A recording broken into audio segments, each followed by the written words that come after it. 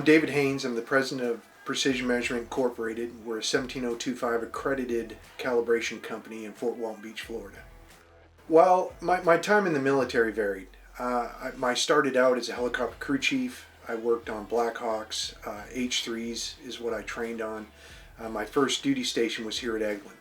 That was in 1988 or so. Around 1990, I sustained an injury. I couldn't continue in that career field. So I transitioned in what's called PMI, Precision Measurement Equipment Laboratory.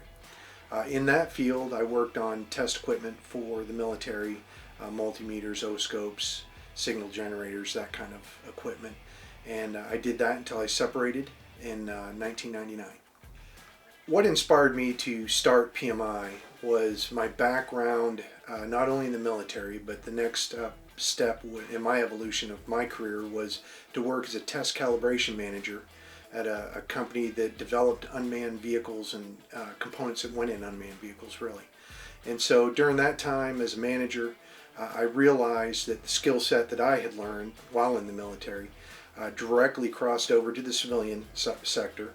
From there, I decided, why don't I try and start my own business venture using those skill sets I've learned. So the military taught me a lot of different things. It taught me time management, how to multitask, how to know what my limitations were. It taught me how to deal with mission critical type elements, work with just a tremendous amount of diversity of personnel people, how to train people, how to be trained, how to learn. These are all skills that the military taught me that I was able to directly correlate into my new ventures and into my new business life. PMI was established in 2005. We were established under an aerospace standard, AS9100. Our goal was to service the local area DoD subcontractors like Boeing, Lockheed Martin, General Dynamics, those kind of companies. We quickly grew from that to where we're servicing NASA, SpaceX, the presidential fleet. Those are some of our more notable customers. But we also service other smaller companies like Gillette factories, and there's just a dichotomy to the types of customers we service. What we provide them is calibration and testing services. We'll take their equipment, compare it to our known standards, give them a certificate that'll validate their equipment that they need for their quality standards. When we first started PMI, I had no idea what to do or where to go. So we spent a lot of time reaching out to local area entities. We had obviously Techman Group is one area we got a lot of help from, but also in the companies that we were servicing.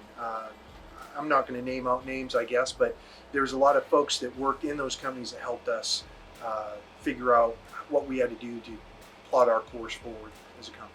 I think the biggest advice that I can give to a veteran is realize that your past experiences have a shelf life. I think most veterans do great things in their career field. They become leaders in their field often, but it doesn't always transition into the civilian world. And I know as a military veteran, we're proud of what we did, we're proud of how we served, and we like to talk about it. But at some point, we have to realize that in the civilian side, there's a whole new side of this that you've got to learn.